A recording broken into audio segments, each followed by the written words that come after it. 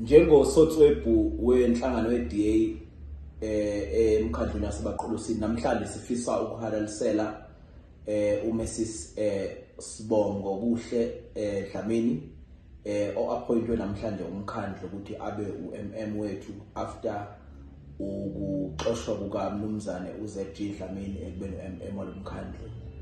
Siyamfisela kuhle kodwa siyakholwa ukuthi uzowenza umsebenzi wakhe ngokuthembeka, aphinde aqinisekise ukuthi ulandela yonke imithetho ekhulumisana nokuphathwa kwemkhandlu nokurana nje kumkhandlu as a whole. Siyathemba kakhulu, saneliseka kakhulu ukubona iCV yakhe, saneliseka kakhulu ngama qualifications anawo, saneliseka kakhulu nge-experience nanokuthi lesikhashana esimbonile actor sizibonele inguquko ezenzekile emkhandlweni. Siyamthemba ukuthi uzoqhubeka nokwenza umsebenzi wakhe, awuhloniphe futhi umsebenzi wokukhonza umphakathi wasebaqolusini as u-administrator walomkhandlu. Ziningi inselela ke ezikhona, nesithemba ukuthi she's equal to the task before yena.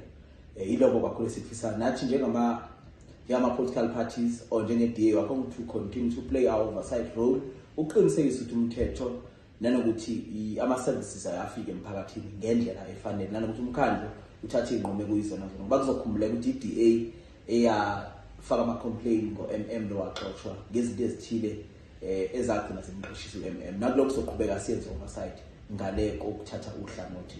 Siyabonga kakhulu.